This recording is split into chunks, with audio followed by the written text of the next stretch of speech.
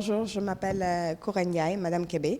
Je suis sénégalaise d'origine. J'ai fait toute ma formation plus ou moins au Sénégal jusqu'en 99 où je suis partie en France dans un premier temps, dans une école de commerce. Et après, j'ai viré sur l'Angleterre où j'ai eu mon MBA et j'ai travaillé aussi dans la finance dans des banques japonaises et américaines au niveau de Londres. Et depuis l'année dernière, j'ai décidé de revenir au Sénégal, de m'investir au Sénégal, d'où ce projet qu'on est en train de faire, qui est la mise en place de l'Institut de formation au métier des sports. L'Institut a été créé en 2009 par M. Mbagnick Ndiaye, ancien ministre des Sports. Et on a eu les autorisations du ministère de l'enseignement professionnel en 2009 aussi et du ministère des Sports en 2012, l'habilitation du ministère des Sports en 2012. Donc on avait eu des promotions au niveau du Sénégal quand l'école était mise en place. Et malheureusement, en 2012, fin 2012, il a été nommé ministre des Sports. Donc, on a dû arrêter, mettre en stand-by l'Institut parce qu'il y avait un conflit d'intérêts. Donc, il devenait juge et parti en même temps vu qu'il était ministre des Sports. Donc, il donnait toutes les autorisations au niveau de l'Institut et il gérait en même temps l'Institut. Donc, ça pouvait poser un problème et il avait jugé nécessaire de le mettre en stand-by le temps qu'il soit dans le gouvernement. Et donc, l'année dernière, quand j'ai décidé de revenir m'investir au Sénégal, il m'a proposé l'Institut. Donc, il m'a dit pourquoi pas ne pas reprendre l'Institut. Et là, on est en train de le mettre en place. On a commencé, on est installé au niveau de Cissesse-Foire, pas loin du stade de l'Amitié. Dis-nous un peu au niveau de l'Institut, qu'est-ce qui se fait là-bas, qu'est-ce qui s'apprend là-bas?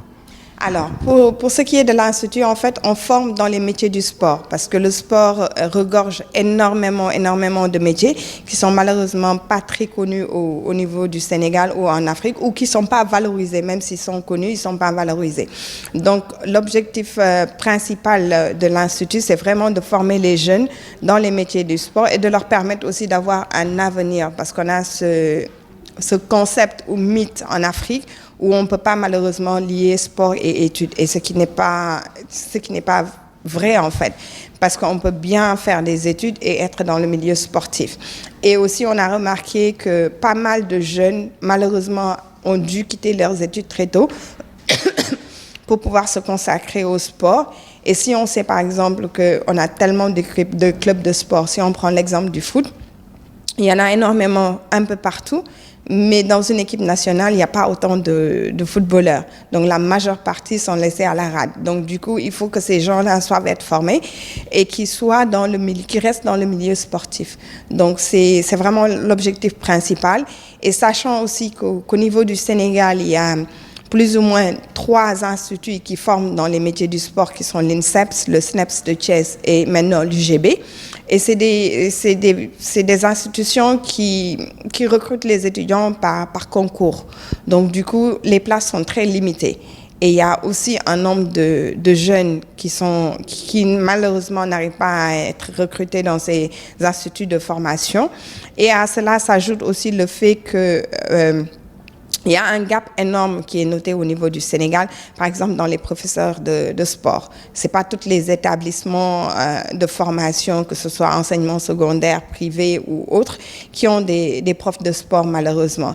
Et donc là, nous, on est là pour aider l'État et les collectivités territoriales à résorber ce gap-là au niveau de l'encadrement et de la formation.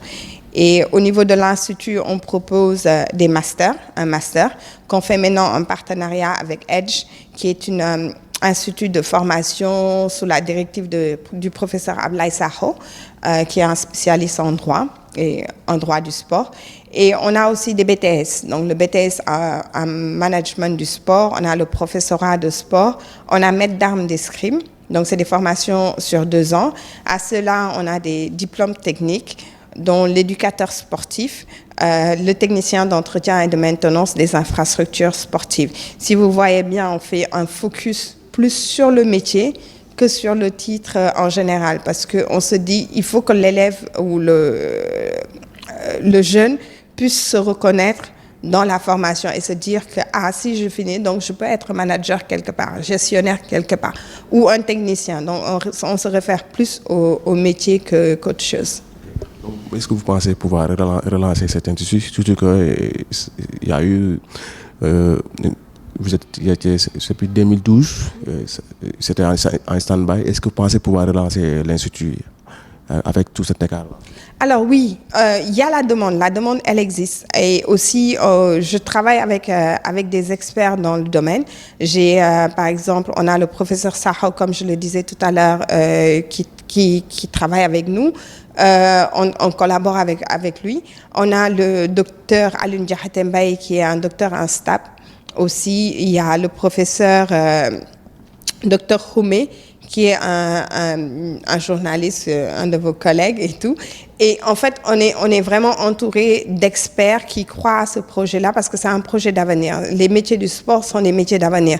Si on regarde bien la façon, la digitalisation du monde actuel, on se rend compte qu'il y a des métiers qui vont disparaître d'ici peut-être 10 ans, 20 ans, mais le sport, les métiers du sport vont rester. Un gestionnaire d'un stade, vous en aurez toujours besoin. C'est pas un métier comme un comptable qui va disparaître ou un cacheur, les gens qui travaillent au niveau de la caisse. Des métiers qui vont disparaître. Donc, un agent de maintenance, ça va rester. La machine aura des limites. Donc, même sur le long terme, c'est des métiers ou des formations dont on aura besoin. Donc, c'est un projet porteur. C'est les institutions comme l'État, comme les institutions comme la Conféges ou le CNOS, c'est des demandeurs de formation dans ce milieu-là. Donc, c'est des choses qui vont porter. Est-ce qu'il y a un appui, vous avez eu à discuter avec le ministère des Sports par rapport à ça? Oui, on est en collaboration avec le ministère des Sports parce que c'est un des ministères tutelles. Ils nous aident beaucoup, ils comprennent le projet, ils adhèrent au projet. On a aussi la collaboration de la Conféges. On travaille avec les fédérations. On a envoyé du courrier. Toutes les fédérations sont au courant de ce projet-là et on peut les aider à former leurs membres. On travaille aussi avec la confédération des clubs de football, CONEF. On est partenaire avec, on essaie de nouer un partenariat avec le CNEF. On travaille aussi avec les collectivités territoriales, donc les mairies du Sénégal. Toutes les mairies du Sénégal, on les a contactées pour leur informer parce qu'il y a des jeunes qui demandent ces formations-là. Et malheureusement, vu qu'on est les seuls privés dans ce secteur-là, les jeunes ont tendance à se dire on ne peut pas se former dans ce domaine-là parce qu'il faut aller en Tunisie ou en Algérie ou bien carrément en Europe ou aux États-Unis. Donc, c'est des métiers porteurs, des formations porteurs. Parmi ces métiers, on a vu qu'il y a l'escrime qui en fait partie, je pense. Pourquoi l'escrime? Parce que vous êtes dans le milieu ou bien? Alors, il y a deux choses. Je suis dans le milieu. J'étais ancienne escrimeuse quand la fédération venait de renaître au Sénégal dans les années 90 avec le feu Abdelwahab Ba, qui était notre président à l'époque. Et aussi, vu que j'ai l'ADN escrime en moi, et il y a aussi le fait qu'au Sénégal, il y avait une école de formation de maîtres d'armes qui malheureusement a été délocalisée. Donc, en collaboration avec les membres de la fédération, on s'est dit pourquoi pas ne pas organiser à nouveau ces formations-là au niveau du Sénégal et permettre à la fédération de recruter des gens, d'avoir des gens de la sous-région qui vont venir se former ici à Dakar. Donc, c'est la raison derrière la proposition sur l'escrime. Mais on travaille aussi avec d'autres fédérations. On travaille avec la fédération de rugby. On a un professeur qui est issu de cette fédération-là, qui est le colonel Baba Fofana, et il s'occupera de tout ce qui est la formation des stagiaires et des médiateurs sportifs à côté du commissaire Demba Sarr de la fédération de football. Donc, par exemple, c'est une formation de courte durée dont ces fédérations-là ont besoin des diplômants de ça. On a les Jeux olympiques de la jeunesse qui vont se passer en 2022. On a besoin d'être aux normes. Donc, on ne peut pas, à la face du monde, mettre, par exemple, des hommes de tenue pour surveiller les participants à ces événements-là. Donc, on travaille en collaboration avec toutes les fédérations pour leur permettre vraiment d'être en norme par rapport à certaines choses au niveau international.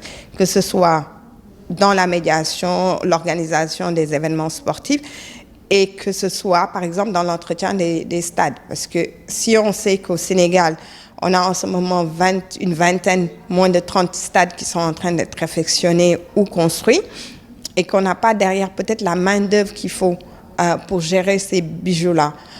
Vous prenez le stade Léopold Sédar Senghor avec lequel on travaille, il faut qu'on l'entretienne. Et malheureusement, si on n'a pas des personnes qualifiées, on va prendre des gens sur le tas pour essayer de gérer ce stade-là. Peut-être qu'ils ne sauront pas à un moment donné qu'il faut des étapes préliminaires pour faire les poses de pelouse ou l'entretien même de l'hydraulique au niveau du stade. Donc tout ça, en fait, on propose ces formations-là pour vraiment aider les structures à mieux gérer, par exemple, les stades. Tout à l'heure, vous avez parlé des Jeux Olympiques de la jeunesse 2022. Est-ce que ces Jeux vous ont un peu inspiré à vouloir reprendre certains sujets en même temps, aider les jeunes à se former? Alors, oui et non. Oui, non, dans la mesure où le projet existait bien avant que le Sénégal ne soit choisi pour organiser les Jeux de la jeunesse, les JOJ. Et oui, dans un sens où, en tant que citoyen sénégalais, le président de l'Institut veut vraiment qu'on donne une très bonne image du Sénégal. Et à cela, on va participer, obviously, de notre manière à ce que les Jeux se passent bien. On va travailler avec le CNOS, avec les fédérations et tout ça, pour permettre aux participants, aux visiteurs de pouvoir venir profiter des Jeux, participer des Jeux, gagner des médailles et que le nom du Sénégal que le nom aille un peu plus loin.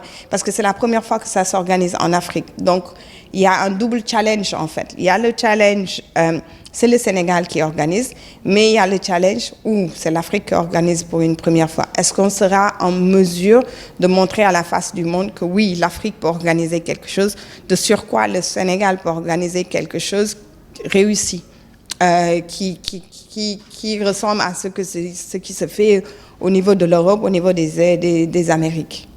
On va terminer un peu avec l'escrime. Vous dites-nous un peu qu'est-ce que vous avez remporté? Alors, moi, je faisais partie malheureusement de la toute première équipe au niveau de Dakar.